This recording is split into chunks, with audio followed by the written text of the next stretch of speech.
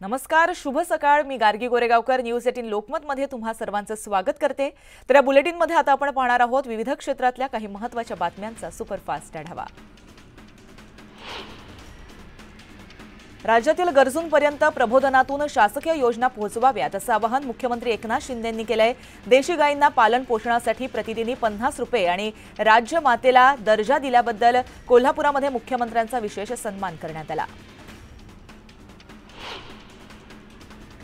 पुण्यात भाजपचे विधानसभा उमेदवार ठरवण्यासाठी गुप्त मतदानाची प्रक्रिया पार पडली. मात्र या बैठकीमध्ये अनेक कार्यकर्त्यांना डावललं गेल्याच्या तक्रारी आता समोर येऊ लागल्या आहेत. पुणे शहर भाजपतल्या पक्षांतर्गत कुरघोडींचं राजकारण पुन्हा चव्हाट्यावर आलंय. चंद्रशेखर राव यांचा राज्यातला पक्ष हा शरद पवारांच्या पक्षामध्ये विलीन होणार आहे. येत्या 6 ऑक्टोबर रोजी बीआरएसचे पक्षप्रवेश सोहळा पार पडेल.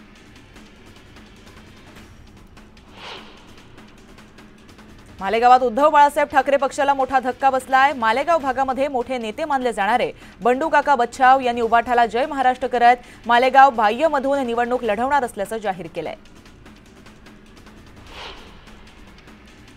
नाशिकमध्ये सिडकोची लीज होल्ड असलेली घरं आता फ्री होल्ड करण्याचा निर्णय मुख्यमंत्र्यांनी घेतलाय. गेल्या अनेक वर्षांपासून सिडकोमधील रहिवाशांची मागणी युती सरकारनं पूर्ण केली. सिडकोमधील रहिवाशांनी यासाठी आभार मानले.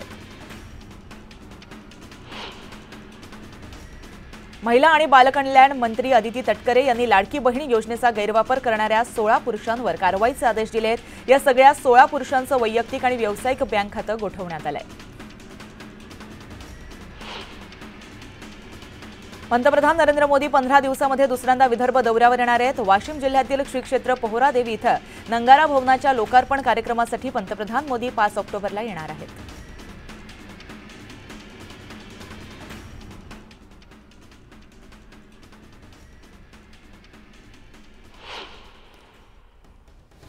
यानंतर ब्रेकिंग बातमी आपण एक पाहतोय. मुंबई दौऱ्यावर असलेल्या केंद्रीय गृहमंत्री अमित शहा आणि उपमुख्यमंत्री देवेंद्र फडणवीस यांच्यामध्ये बैठक पार पडली. तब्बल 1.5 तासाहून अधिक काळ ही बैठक चालल्याची माहिती हाती आली आहे. या बैठकीमध्ये जागा वाटप आणि उमेदवारांच्या मुद्द्यावर चर्चा झाल्याची शक्यता आहे.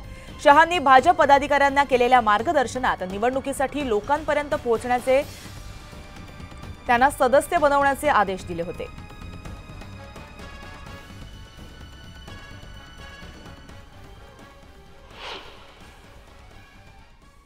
मुंबईत केंद्रीय गृहमंत्री अमित शहांच्या उपस्थितीमध्ये भाजपचा मेळावा पार पडला. महाराष्ट्राची निवडणूक देशाची दिशा बदलेल तर महाराष्ट्रात भाजप आणि महायुतीचं सरकार आणणार असं वक्तव्य अमित शहा यांनी केलंय. मुंबईतील मेळाव्यादरम्यान अमित शहांनी स्वबळावर सरकार स्थापनेबाबत मोठं विधान केलं. 2029 मध्ये भाजप एक हाती सत्ता मिळवणार असून महाराष्ट्रात भाजप स्वबळावर सत्ता स्थापन करेल असं केंद्रीय गृहमंत्री अमित शहांनी म्हटलंय. महाराष्ट्रात एका पक्षाचं सरकार शक्य नाही. गेल्या 40 वर्षात कोणत्याही एकाच पक्षाचं सरकार स्थापन झालेलं नाही. महाराष्ट्रातील परिस्थिती वेगळी आहे असं म्हणत अजित पवार यांनी गृहमंत्री अमित शहा यांच्या दाव्यावर प्रत्युत्तर दिलंय. उपमुख्यमंत्री देवेंद्र फडणवीसांनी उद्धव ठाकरेंवर निशाणा साधलाय. उद्धव ठाकरेंचा जनाधार संपलाय. ठाकरेंना मराठी हिंदू मतं मिळत नाहीयेत असं टीकास्त्र फडणवीसांनी डागलं. तर अति आत्मविश्वासामुळे विकेट पडू देऊ नका असं देखील फडणवीसांनी कार्यकर्त्यांना सांगितलंय. शेतकऱ्याच्या मुलांना मुख्यमंत्री होऊ नये आणि सोन्याचा चमचा घेऊन जन्मलेल्या पैशाच्या राशीत लोळणाऱ्या व्यक्तीनं मुख्यमंत्री व्हायचं असा कायदा आहे का असा सवाल उपस्थित करत मुख्यमंत्री एकनाथ शिंदेंनी उद्धव ठाकरेंना टोला लगावलाय.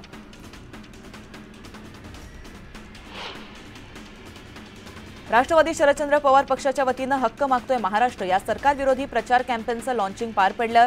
पवारांच्या पक्षानं सोशल मीडियावरून सरकारविरोधी प्रचाराची मोहीम हाती घेतली असून महागाई, बेरोजगारी, शेतकऱ्यांचे प्रश्न आणि महिला सुरक्षा या मुद्द्यांवरून सरकारला घेरण्यात येणार आहे.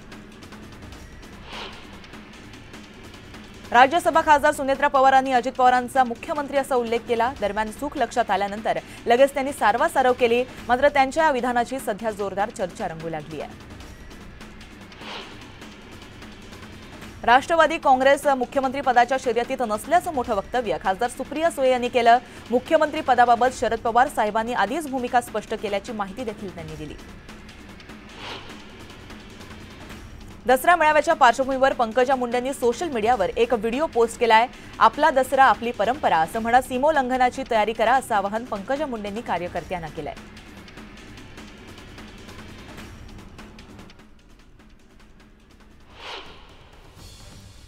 पुढे आंतरराष्ट्रीय गोटातली एक ब्रेकिंग बातमी आपण पाहतोय। इराण आणि इस्रायलमध्ये युद्धाचा भडका उडालाय। इराणनं इस्रायलवर 400 पेक्षा जास्त मिसाईल्सचा मारा केलाय। या मिसाईल हल्ल्याचे आवाज जेरुसलेम आणि जॉर्डन नदी पात्राजवळ ऐकू आलेत। हल्ला होत असल्याचं समजताच इस्रायली लष्करी अलर्ट मोडवर आले।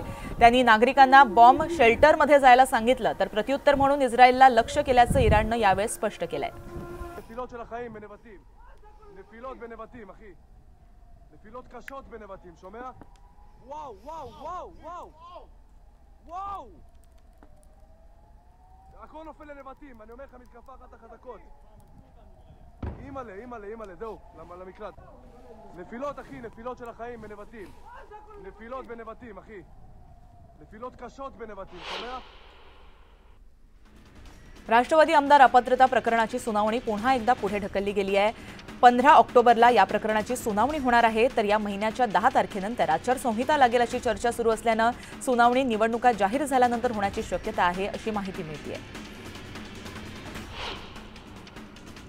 राज्याचे मुख्य निवडणूक अधिकारी एस चोकलिंगम यांनी नंदुरबारमध्ये आगामी निवडणुकीच्या तयारीचा आढावा घेतला। निवडणुका निष्पक्ष वातावरणात पार पाडण्याच्या सूचना त्यांनी अधिकाऱ्यांना दिल्या। रत्नागिरीच्या चिपळूणमध्ये बचत गटाच्या सीआरपींनी मोबाईल वाटपाचा कार्यक्रम आयोजित केला होता। यावेळी शिवसेनेचे मंत्री उदय सामंतांकडून शिवसेना उभाटाचे आमदार भास्कर जाधव यांचा सत्कार करण्यात आला। सार्वजनिक हित आणि सामाजिक शांततेसाठी ड्राय डे जाहीर करण्यात आलाय, मात्र तसंच कारण दारूबंदीच्या आदेशामध्ये जिल्हाधिकाऱ्यांना यापुढे नमूद करावं लागेल असा महत्त्वपूर्ण निर्वाळा मुंबई उच्च न्यायालयानं दिलाय।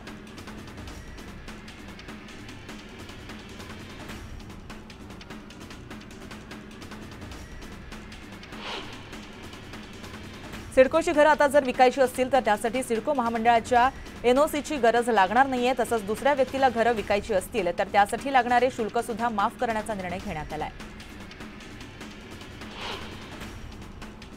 सिडकोच्या घरांची 7 ऑक्टोबरला लॉटरी निघणार आहे। सिडकोच्या बोर्ड मीटिंगमध्ये याबाबत मुहूर्त ठरलाय।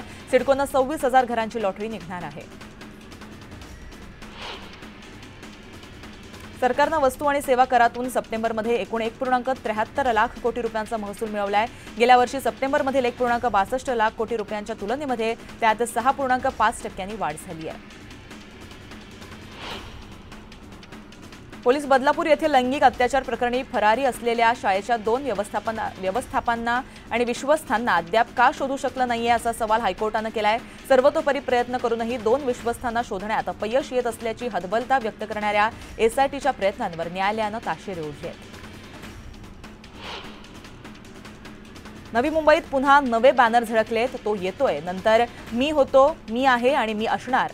मुंबईकरांच्या सेवेसाठी सदैव तत्पर अशा आशयाचे बॅनर झळकवण्यात आले। युवा सेनेच्या वतीनं युवा सेनेचा युवा महाराष्ट्र हा संवाद कार्यक्रम साकीनाक्यामध्ये घेण्यात आला। युवा सैनिकांनी घरोघरी एकनाथ शिंदेंचं काम पोहोचावं असं मार्गदर्शन युवा सेनेच्या कार्यकर्त्यांना यावेळी करण्यात आलं। कळव्याच्या सह्याद्री शाळेतील 38 विद्यार्थ्यांना विषबाधा झाली। मटकीची उसळ आणि भातातून विषबाधा झाली आहे। दरम्यान सर्व विद्यार्थ्यांना ठाणे महानगरपालिकेच्या कळवा रुग्णालयामध्ये दाखल करण्यात आलं असून सर्वांची प्रकृती सुरळीत आहे। ब्रेकिंग बातमी पाहूया। पूरग्रस्त राज्यांना मदत करण्यासाठी गृह मंत्रालयानं जारी केलेल्या निधीतून महाराष्ट्राला 1492 कोटी रुपये मिळालेत। निधीच्या या वाटपामध्ये सहाय्य मिळवलेल्या आणि मिळालेल्या 14 राज्यांमध्ये महाराष्ट्राला सर्वाधिक सहाय्य मिळालंय। याबद्दल मुख्यमंत्री एकनाथ शिंदे यांनी पंतप्रधान नरेंद्र मोदी आणि केंद्रीय गृहमंत्री अमित शहा यांचे आभार मानलेत। पूर आणि भूस्खलनामुळे बाधित झालेल्या राज्यांना केंद्र सरकारकडून आर्थिक आणि लॉजिस्टिक मदत जाहीर करण्यात आली आहे।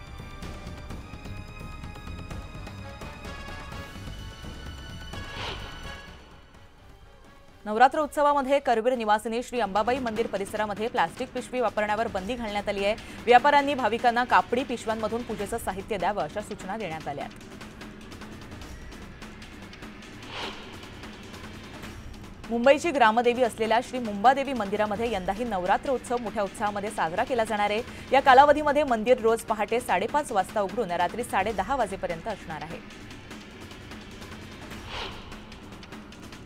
शासनाकडून कोल्हापूरच्या शाही दसरा महोत्सवाला ठेंगा दाखवण्यात आलेला आहे। 2 वर्षांपूर्वी राज्य महोत्सव म्हणून जाहीर झालेल्या सोहळ्यासाठी यंदा निधीची तरतूद झालेली नाहीये। महामुंबई मेट्रो ऑपरेशन कॉर्पोरेशन लिमिटेडनं आपल्या प्रवाशांना नवरात्री उत्सवाच्या काळामध्ये जादा फेऱ्या चालवून दिलासा दिल्याचा निर्णय घेतलाय। मेट्रोच्या वाढीव फेऱ्यांमुळे प्रवाशांना अधिक सोयीस्कर प्रवासाची सुविधा उपलब्ध होणार आहे। नारायणगड इथं आयोजित दसरा मेळाव्यात जोरदार शक्ती प्रदर्शन करण्याची तयारी मनोज जरांगे पाटलांनी सुरू केली आहे। मेळाव्याची तयारी करण्यासाठी जरांगेंनी रुग्णालयातच बैठकांचं सत्र सुरू केलंय। पंतप्रधान नरेंद्र मोदी यांचा घोडबंदर येथील कासारवडवली भागामध्ये 5 ऑक्टोबरला दौरा आयोजित करण्यात आला आहे। मोदींच्या दौऱ्याच्या पार्श्वभूमीवर ठाणे वाहतूक पोलिसांनी अवजड वाहनांना घोडबंदर मार्गावर वाहतूक करण्यास बंदी घातली आहे। अंधेरी पूर्वेमध्ये उघड्या ड्रेनेजमध्ये पडून एका 45 वर्षीय महिलेचा मृत्यू झाला। या घटनेमुळे नागरिकांकडून संताप व्यक्त केला जातोय। यामध्ये महानगरपालिकेनं कॉन्ट्रॅक्टरला जबाबदार धरलंय। भारतीय हवामान खात्यानं देशात अनेक राज्यांमध्ये पाऊस अजूनही सक्रिय असल्याचं म्हटलंय, पण हा पाऊस परतीचा पाऊस आहे। त्यामुळे हा पाऊस गेल्यानंतर आता थंडीला सुरुवात कधी होणार याकडे सर्वांच्याच नजरा लागल्यात। यंदाच्या पावसाळ्यामध्ये जून ते सप्टेंबर दरम्यान 4 महिन्यात सरासरीपेक्षा 26% जास्त पाऊस बरसला। राज्यात सरासरी 994.5 मिलीमीटर पाऊस पडतो। यंदा मात्र 1252.1 मिलीमीटर पाऊस पडलेला आहे। यंदाच्या मान्सूनचा हंगाम तब्बल 1490हून जास्त लोकांना मृत्यूच्या दारी घेऊन गेलेला आहे। मृत्यूची आकडेवारी आता समोर आली आहे। बहुतांश मृत्यू पूर आणि पावसाशी संबंधित घटनांमुळे झालेत, ज्यात 895 जणांचा समावेश आहे। सातारा जिल्ह्यात पावसाची उघडीप असून महाबळेश्वरला एकतर नवजा इथं 2 मिलीमीटर पावसाची नोंद झाली आहे। कोयनाला पावसाची विश्रांती असूनही धरणामध्ये आवक कमी झाली आहे। त्यामुळे धरणाचे दरवाजे बंद करून विसर्ग बंद करण्यात येऊ शकतो। राज्यामध्ये पाऊस ओसरला असून आता कमाल तापमानात वाढ होऊ लागली आहे। त्यामुळे ऑक्टोबर हिटचा परिणाम जाणवू लागलाय।